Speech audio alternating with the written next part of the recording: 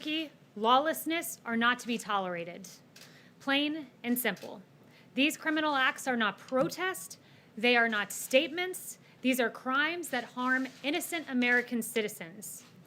The First Amendment guarantees the right of the people to peaceably assemble. What we saw last night in Washington and across the country was not that. To that end, President Trump is demanding action to protect American citizens, to protect American businesses. 17,000 National Guard are deployed in 24 states, but according to General Milley, only 2 states have deployed more than 1,000. There are 350,000 National Guard available overall, and for the lawlessness we are seeing, far more needs to be done. Governors across the country must act, deploy the National Guard as it's fit, and protect American communities. As President Trump has said repeatedly, it's very important that we have peaceful protesters and support the right of peaceful protesters, but we cannot allow a situation like what happened in Minneapolis to descend further into lawless anarchy and chaos. And we understand that very well. And with that, I'll take questions. Yes. To your point, the country is in crisis. There's a global pandemic that has claimed more than 100,000 lives. At least 40 million people are unemployed. There are now protests and racial tension ripping apart many cities. Where is the president? Why has he not delivered an address to the nation, as many of his predecessors have in a time of domestic crisis? So the president has delivered multiple statements on this. The president, as recently as 48 hours ago, was out talking about what a tragedy the death of George Floyd was, how it has weighed on his heart, and how he encourages peace and lawfulness in our streets and peaceful protests. So he has said that repeatedly. He's made many statements to this effect, but what I would note is continual statements, as he's made day and day and day and day again, they don't stop anarchy. What stops anarchy is action, and that's what the president is working on right now. To that point about the anarchists, you said this morning that the president is focused right now on rooting out Antifa. George Floyd did not die in Antifa custody, he died in police custody. What's the president doing to reform policing tactics and excessive use of force by police? Yeah, so it's an important question for sure. And this president, if you look at the actions his DOJ has taken, there's a civil rights investigation into the death of Ahmaud Arbery. There's a civil rights investigation into the death of George Floyd. It is a tragedy what we saw. I mentioned to you that the president was extremely upset when he saw that video. And he continues to, the DOJ continues to pursue those charges. And he's recognized injustices for a long time. Since he was a candidate, he talked about Sandra Bland and what a terrible video that was too. So he recognizes injustices where they are, but at the same time, he also recognizes that we can't allow organized groups like Antifa to commit some of the heinous acts that we've seen. John. Kayleigh, in his call with the governors, the president said that he had put General Milley in charge of all this. What does that mean?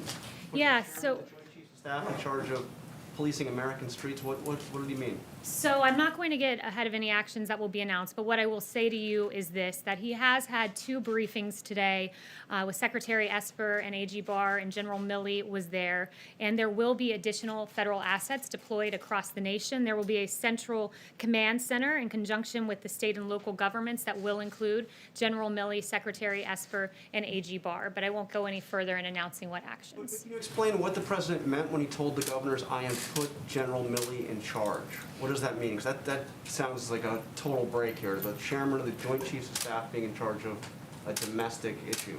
And ensuring that, as the president has said, and this has been taken out of context, by the way, that our streets are dominated with a police force and with a National Guard presence, so that, let me explain a little bit about how this works. If there's a peaceful protest, police will form a line. And what we've seen are those lines have been overwhelmed by massive protests that have turned into riots, the peaceful protests to be distinguished from the riots we've seen. And when those lines are overwhelmed, law enforcement gets on the defense. So what the president has said is he wants to dominate the streets with National Guard, with a police presence, and what studies have shown, as General Milley noted, he was in that governor's call, and his points all pertain to the National Guard, and he noted that there are several studies that when there's an overwhelming National Guard presence, it actually de-escalates the situation and causes less civil unrest. So General Milley has really been on point in talking about the National Guard, the effectiveness, and ensuring that they're utilized to great effect across the country. What's been taken out of context? Because I mean, I have the exact quote. It's a very simple one. He just says,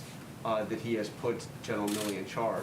No, not. I wasn't suggesting that quote was out of context. The dominate. I've seen some networks that have talked about dominating protesters, and I've been around the president all day. Anytime he's used the word dominate, it was with regard to dominating the streets and ensuring that we have peace in our streets.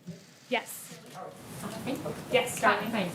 In addition to the tough talk the president has been talking about taking action against looters and some of the violent elements in the protests that we've seen, why isn't he also supplementing that message by calling on these people to remain calm, to go home, to not destroy property, businesses, so on? Yeah, he has done that repeatedly. Look, he talked about understanding the pain that people are feeling, and he does understand that pain. He's talked several times about the right to peacefully protest, and I've seen some of these peaceful protests, some of these sit-ins, and it's a real shame when you have anarchy and anarchists come in and you have Antifa come in, and it really dilutes the message of the protesters, and it's a legitimate reason they're protesting. So he hates to see Antifa come in and really dampen that message, which has been in many cases peaceful, but has been overtaken and overwhelmed by an organized effort of people from out of state coming in and causing havoc. Is he traveling on Friday? Is he going to Maine? He still plans on going to Maine. I haven't heard any other changes to that effect. Yeah. Thank you. I like your mask. That's really cool. I have a quick follow-up about police reform. National Security Advisor Robert O'Brien says he does not think there is systemic racism among law enforcement in the U.S. Does President Trump share that view? Look, I think where the president stands is he does not believe, he fundamentally rejects the idea that these egregious actions of these 4 Minnesota officers are representative of our police force as a whole. Most of our officers in this country are good, hardworking men and women who work every day to police our streets. He's recognized cases of injustice. I noted Sandra Bland back when he was in the primary. I've noted more recently Ahmaud Arbery and then George Floyd. So he recognizes these injustices. He puts a focus on them, but he also recognizes our valiant police officers who have taken to the streets each and every night over the last 6 nights and protected our communities. And on Antifa, can you explain what the legal authority the president has is for designating Antifa as a terrorist organization? And can you also talk about why he does not want to label white supremacist groups that are domestically located as terrorist organizations as well? So let me address the first part about legal authority. Title 18, Section 2331 allows that the term, it defines domestic terrorism as involving acts dangerous to human life that appear intended to influence the policy of a government, and other elements are laid out, and it allows the Department of Justice, when utilizing this statute, to invoke greater investigatory authority and to invoke harsher penalties. I would note that the Justice Department has in the past used domestic terrorism in consultation with acts of white supremacy or what were racially motivated acts. Like in April 2020, a Florida man pled guilty to threatening an African-American Charlottesville City Council candidate. And at that time, the FBI Joint Terrorism Task Force was utilized. Same in the case of February 2020, where it was used in connection to 4 racially motivated violent extremists. And I would also note the president's long history of condemning white supremacy and racism. There is no place in society for these egregious, despicable ideologies.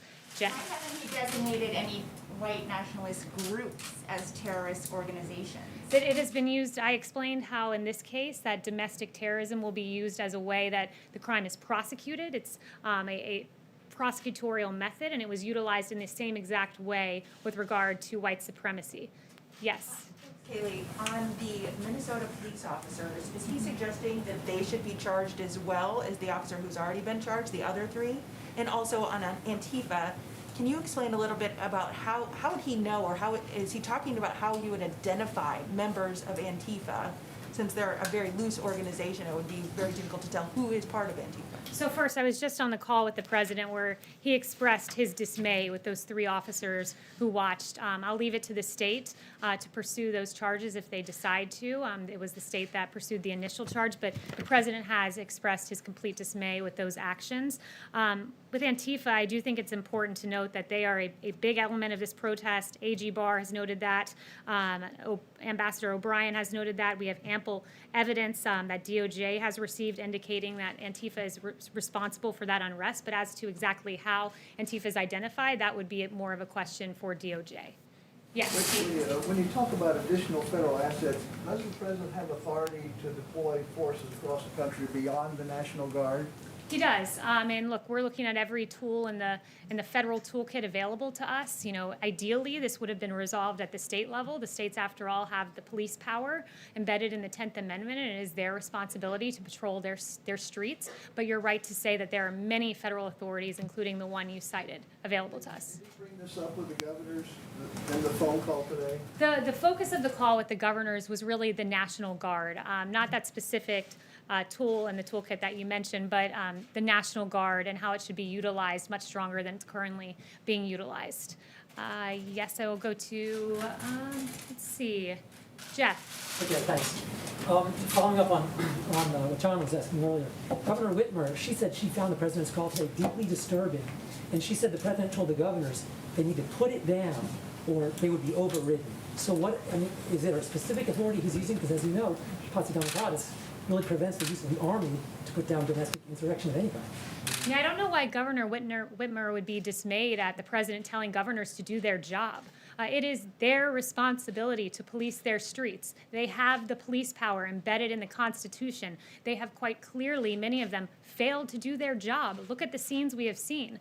And it's gotten to the point where today the president has said, enough is enough. You know, there are tools I can use, namely deploying National Guard, many others that Steve cited one, the Insurrection Act. It's one of the tools available. Whether the president decides to pursue that, that's his prerogative. Right now, we're looking at a focus on the National Guard. That's where it currently stands. And, you know, there's a distinction between the National Guard and military forces in the street, I would note. The National Guard are the friends and neighbors in these communities who are used, and as I noted, the study from General Milley, used to great effect when they are deployed. So the focus of the call was the National Guard, encouraging the deployment, far more than the 17,000 out there, and utilizing them this evening, certainly. Would you like to see 100,000 National Guard on the street or I 200,000 right now? won't put a number on it. I think it's incumbent on governors to look at the situation. You know, a case in Texas might not merit the same thing as, you know, New York City. So he's encouraging the governors to up those levels, but there's not a specific number that he has in mind. David. Kayleigh, there is a perception that the president is hiding in the bunker on the racial protest issue. He was literally put in a bunker on Friday night by the Secret Service. I mean, would you agree that he is hiding out on this issue, and is that a good posture to be in? I would not agree with that at all. Look, I was on the phone with the president at least half a dozen times yesterday, and every time I talked to him, he was telling me about a different action he had taken, whether it was talking to a governor about this or a foreign leader about ventilators. This president has been leading. He met with generals yesterday. He's each and every moment taking another action to try to solve and resolve what we've seen in our streets where the governors have failed. He's stepped in. He's acting. He's hard at work. You've heard from him on this issue any number of times, and he's working because that's the job of the president, is to keep this country safe. Well, we haven't heard him on camera that much. Is he going to give some kind of speech or a specific event about, you know, all these disturbances in hundreds of cities? I really think that that's a misnomer in the media. You know, it was really appalling, some of the coverage I saw, like the New York Times yesterday made no mention of the myriad times that the president has spoken on this issue. Instead, in paragraph 14, they made a cursory mention of his remarks at Space Force, most of which, at least half of which, pertain to George Floyd. There was a Washington Post article with an egregious headline about Trump staying silent. He hasn't been silent on this. I have a whole list of his remarks there, and instead, paragraph 23, they note, oh wait, we're contradicting our own headline. The president did in fact make remarks. Contrary to the silent headline, you had Don Lemon on CNN saying at 9:38 p.m. on Saturday night, the president's been silent. Ironically, that comment came 4 hours after the president was quite audibly speaking at this issue. I was there for the remarks, and then you had CNN double down the next day, Sunday afternoon, saying the president was silent. And you know, I don't want to bore you with reading out all of his statements, but it sounds like I should read a few, like the president saying it's a grave tragedy that filled Americans all over the country with horror, anger, and grief, and I stand before you as a friend and ally to every American seeking justice. He said, I understand the pain the people are feeling. I can go on, but I would just be repeating what the president has already said, because make no mistake, this president has not been silent, and at this moment, he is acting to protect this country from the lawlessness we saw just out here in Lafayette Park last night. Yes. In a particularly egregious act, St. John's Church, Church of the Presidents, was targeted last night. graffiti all over, set on fire. What is the president's reaction to that, please? It's hurtful, honestly. I think it's hurtful on a number of levels. Look, the VA was defaced. Literally the word veteran spray painted out of the placard in front of the Department of Veteran Affairs. The Lincoln Memorial defaced. How does that make much sense? The place where the March on Washington began, that momentous occasion in the history of civil rights, that memorial was defaced last night. That doesn't honor the legacy of George Floyd. It doesn't. And certainly not the burning of St. John's Church. Look, St. John's, I think it's important to go through a little bit of this, but Reverend John C. Harper was the St. John's rector many centuries ago, at least decades, centuries and a few decades ago. And here's what he was told. He was told he needed to close St. John's because he couldn't leave it open for the March on Washington because, quote, it might be a bloodbath. But he stood boldly. He stood boldly and he stood on the side of justice. And on the day the March on Washington happened, here's what was sung from that church. One family on earth are we throughout its widest span. Oh, help us everywhere to see the brotherhood of man. And of course, we know that the March on Washington ended with Reverend Martin Luther King Jr. giving that incredible speech, I Have a Dream. And that church, the same church that was burning last night, here is what they said, taking that bold stance to support Martin Luther King. They said this church building is open as it has always been, so all who want to worship here. The ministry of this parish is extended to any who seek it. Our fellowship with one another has no limitations whatsoever. That church supported the bold civil rights moment of the March on Washington, which began at the Lincoln Memorial. That doesn't honor the legacy of George Floyd. It doesn't further the cause. And those are violent, anarchist Antifa who are taking advantage of the pain of people, the pain of the peaceful protesters. It's inexcusable, and we have to stand as one America against the burning of the church and the defacement of the Lincoln Memorial. Chanel. Kayleigh, is it possible that D.C. will be placed under martial law in order to protect these national monuments from further destruction? And second, under the Civil Rights Act of '68, will this administration investigate either members of Congress or political organizations who are funding or tied to Antifa moving forward? Yeah, on Antifa, I think at this point we're pursuing the domestic terrorism angle. That's what the DOJ has decided. And what was your first question was about martial law? Martial law to protect national monuments in D.C. Yes, so I have not heard that discussed. Any other questions? Yes. Thank you. Can you confirm a phone call earlier today between Presidents Trump and Putin? And if so, considering what the president said to governors later in the day, did he ask President Putin for advice on how to quell unrest in his own country? I don't have any details on that call. I wasn't a part of it, but I'm not entirely certain what was discussed, but the call did take place. Yes. Does the president regret using phrases like when the shooting starts, the looting starts, the shooting starts, and phrases like vicious dogs? Is he considering apologizing? So the president on the looting point, he was taken wildly out of context. Twitter, it's interesting to watch. I've seen multiple instances of real incitement of violence on Twitter, but they've never penalized those users. Like, for instance, Iran. We've seen horrific tweets from the Iranian regime about the elimination of the Zionist regime, to quote them, and that was never flagged. Interesting that their gut instinct was to flag the president, and they did so in an accurate way. The president very clearly laid out what he meant by that tweet, that looting leads to shooting, and we have seen the unfortunate killing of one person in Minneapolis. There were 7 people shot in a St. Louis riot a few nights ago, and the president clearly laid out what he meant, but it is interesting to watch the gut instinct of Twitter to go ahead and label what the president said as somehow inciting violence, which it absolutely was not. But look, I want to say this. We cannot let violence and we cannot let looting and a few bad actors divide us as an American people. The American spirit is defined by love and mutual acceptance and kindness. And despite the horrific scenes we've seen play throughout the media, there's some things that we haven't seen. And I think it's important for the American people to see them. And Judd, I'm going to call for that soundbite now of some video that I think it's very important for us all to watch.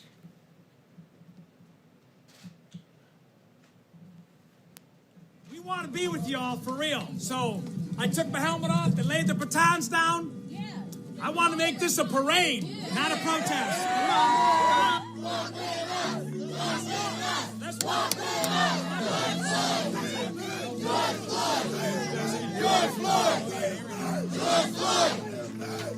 Not 1 ounce of damage. Nobody's arrested. Nobody got hurt. This is the way it's supposed to be.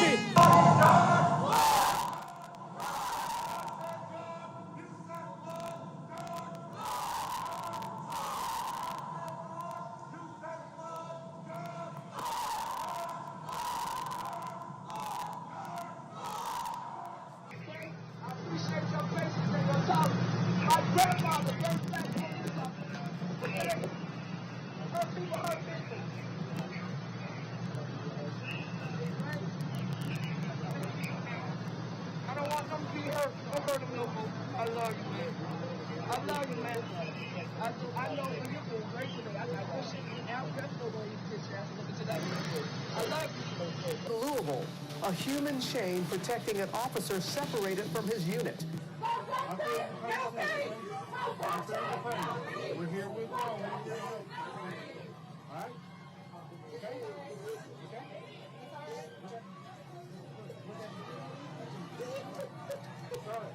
We're all here together, okay? Across the country, we've seen examples of police protecting protesters and protesters embracing police, and it's been beautiful to watch, though those images have not been played all that often. And I just want to leave you with a quote from Martin Luther King Jr. that we must learn to live together as brothers, or we will perish together as fools. Thank you.